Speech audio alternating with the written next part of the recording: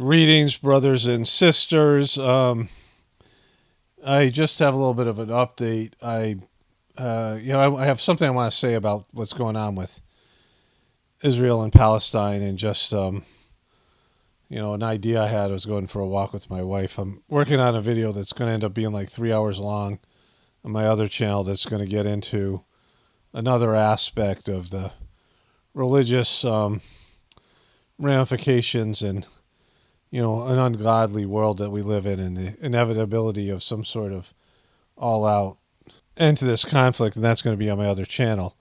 I had two Journey series videos that I thought I had two, but I had three actually, and I released the 122nd version, and somebody pointed out I hadn't released the 121st version. They were both on my members only part of the YouTube, whatever it is.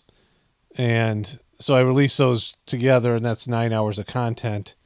And I got this long video coming out. So I'm just going to talk about something briefly here today that's sort of supplemental to what I was saying in this longer video. I just have to edit and get that one out.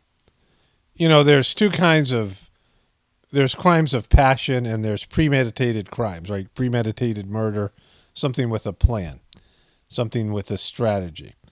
And the strategy type of crimes, ones that there are plans, executed plans, especially something where there's murder or whatever it is, get a much more severe punishment and are frowned upon more by everybody than something that, a crime of passion. Like two guys, one guy finds his wife's cheating on him, another guy gets fired from their job. They both go to a bar pissed off at the world, and inevitably their paths cross and they get into some kind of bar brawl, right? And so that would be something where there's a conflict that's generated out of emotion, and it's spontaneous. It's something where, maybe somebody has tendencies like this and they haven't done anything to curtail these violent tendencies and impulses. But, for the most part, it's a spontaneous thing that happens, emotions that happen, right? And there are some wars like that. There are some sort of conflicts between two countries, countries that have been warring and beefing for, hundreds of years, whatever it is, thousands of years, different peoples, different groups of people in countries, right? Warlords and gangs and things like this.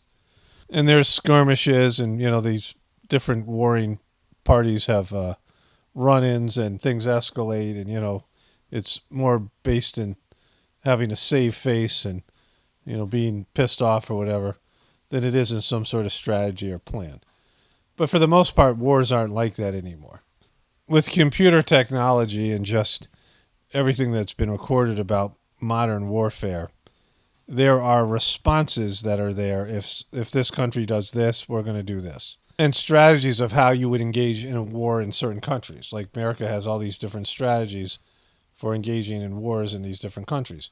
And they had these neocons, these guys who were really centered around Israel. The neocons were very big on Israel's empowerment. Israel was the key asset for these guys who all these guys who did the neocon. Remember, I showed you a video clip of the former general of the Joint Chiefs of Staff, Wes Clark, who went back to the Pentagon after the big event in 2001 and found out they were going to attack 7 countries in 5 years.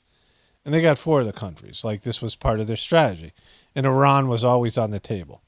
And they've been wanting to topple all the governments in this region. And a lot of that has to do with Israel.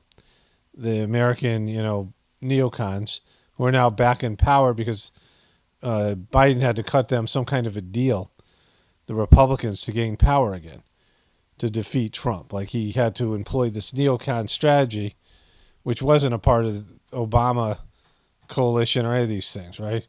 I mean, maybe there's some, the neocons had been embarrassed by their failures in these other wars. And so they had a strategy where they were going to invade all these different countries, and they were going to, do this in behest of Israel to embolden Israel in that region, topple all these governments, weaken all these governments, and then, this would make and strengthen Israel. This was a big thing. It was a big strategy of theirs. But what I'm saying here is that this thing that's about to happen they either know what they're going to do or, they don't, right? Either it's pre-established or they don't. And more than likely it's pre-established. Sometimes both the two warring countries, the leadership or the, global elite, or that's what I call the controllers, have already established that there's going to be a war, and it's already predetermined what's going to happen, right?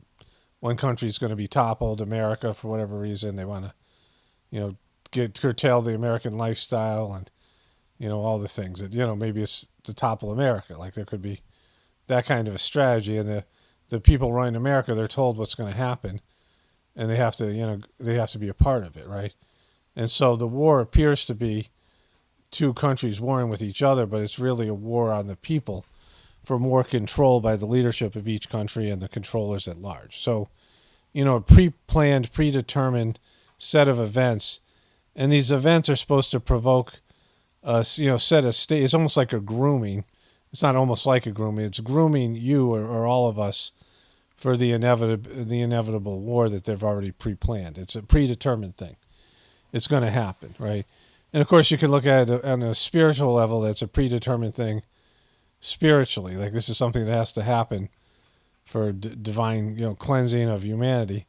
Wars are often used that way to, to release hatred and negative feelings, and just it's a way to burn off collective some scars and things I've talked about in the past in some of my more spiritual videos.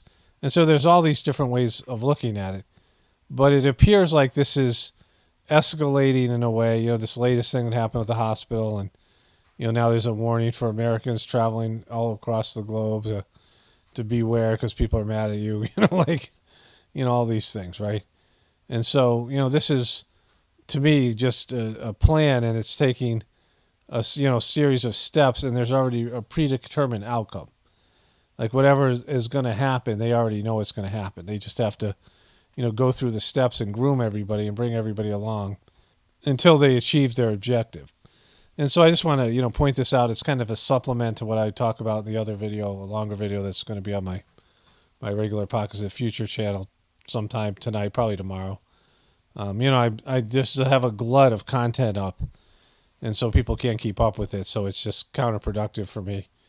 And I explain, I'm doing other things, farm work and things, and I just, I want to take a little bit of just spend less time doing all that. I got to catch up. I haven't answered comments and things, or read comments in a few days, even caught up on my messages because I've been just so buried with other things.